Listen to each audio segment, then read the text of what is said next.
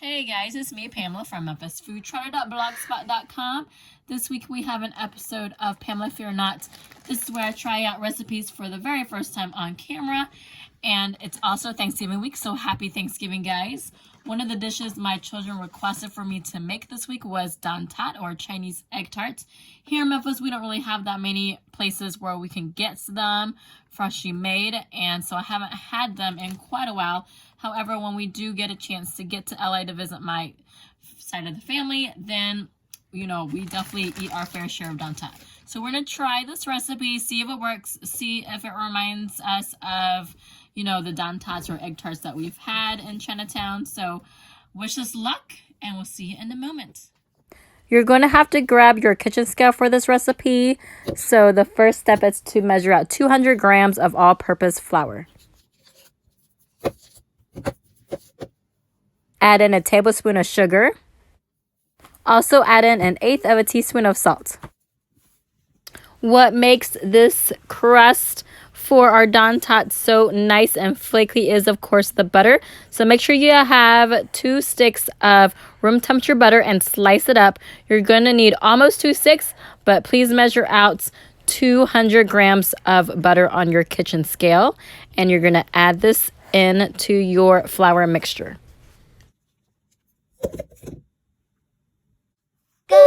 Now comes the hands-on portion of the recipe, where you're going to really get your hands into this mixture and create your dough. And of course, you can recruit one of your children like I did to mix it all up.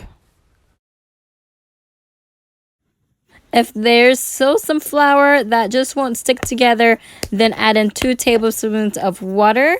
And you're going to just make sure you get as much of that flour up into the dough ball as possible.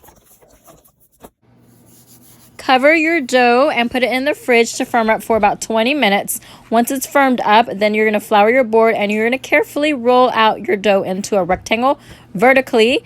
And you're actually only going to be rolling away from you, meaning rolling it up.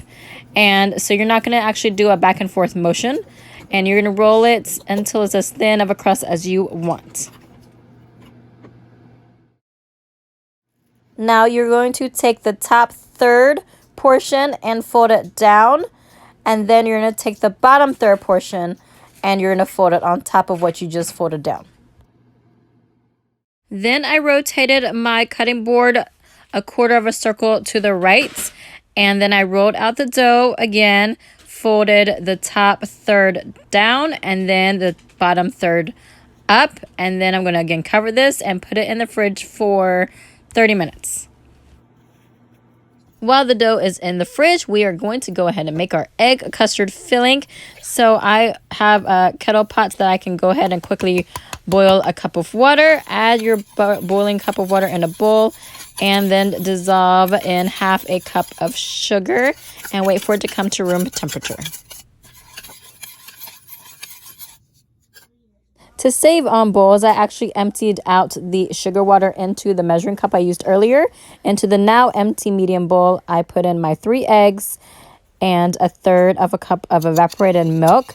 Then I just use my chopsticks to mix it all together. Now add back into the medium bowl your sugar water and mix again. The final ingredient is vanilla extract, so I just added in about 3/4 of a teaspoon of vanilla extract into this egg mixture and just mixed everything again one more time. Again, because I really hate washing dishes, to save on bowls, I poured that entire egg mixture back into my measuring cup, and so I'm going to put a strainer over the medium-sized bowl, and I'm going to basically just strain out the egg mixture so that it's super smooth, because that's what you want for this egg tart, is super smooth egg custard. Now that I have my dough and I have the custard all prepped, it's time to put everything together. So I took my dough out and I'm rolling it out onto a floured board, again trying to just roll it straight up. And I'm using a champagne glass to cut my circles out. Be sure to flour your champagne glasses, otherwise it's going to stick to your dough. And based on the size of your containers for your tart, then you'll have to maybe flatten out the circles a little bit more to get to your right size. I bought about a pack of 250 Don Tot aluminum containers from Amazon. And so I'm molding my little circles into that, pushing down. And I'm going to attempt to use a fork to make some sort of decorative edge, but we'll see if this actually works. And meanwhile, I'm going to make sure I put the leftover dough back into the fridge. I'm going to keep cutting out circles and rolling them out to my container sizes until I have enough for a first batch. I will be using my toaster oven to make this first batch, and I'm going to preheat it to 400 degrees Fahrenheit. Now I'm going to go ahead and place my containers onto the pan for my toaster oven. And I'm going to carefully pour in my egg custard, trying not to spill, but we might have some issues. And I'm going to bake them for 10 minutes at 400, and then I'm going to lower it down to 350 for another 10 minutes. And basically I'm going to cook until I see that the custard is set, and we'll see how these times work out for this first batch. I ended up having to add about maybe 10 more minutes for the custard to be set. And as you can see, they're different sizes and shapes and whatnot. So I'm going to try and fix it for the next 2 batches that I'm going to do.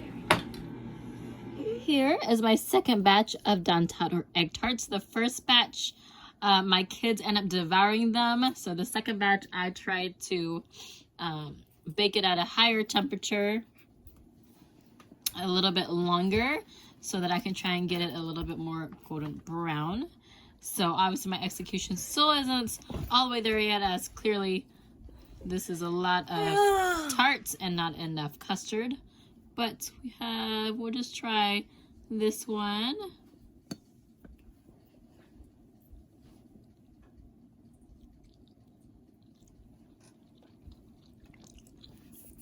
Oh my goodness, it has that flavor that I miss so much. It's just this nice soft custard, and it's just nice and smooth, and just a nice shortbread dough with all that butter.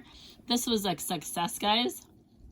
It didn't actually take me as long as I thought it would, so I hope you guys try this out. Please look at the down arrow. It'll have the link to the recipe that I used and a few of my notes of just how I tweaked it a little bit.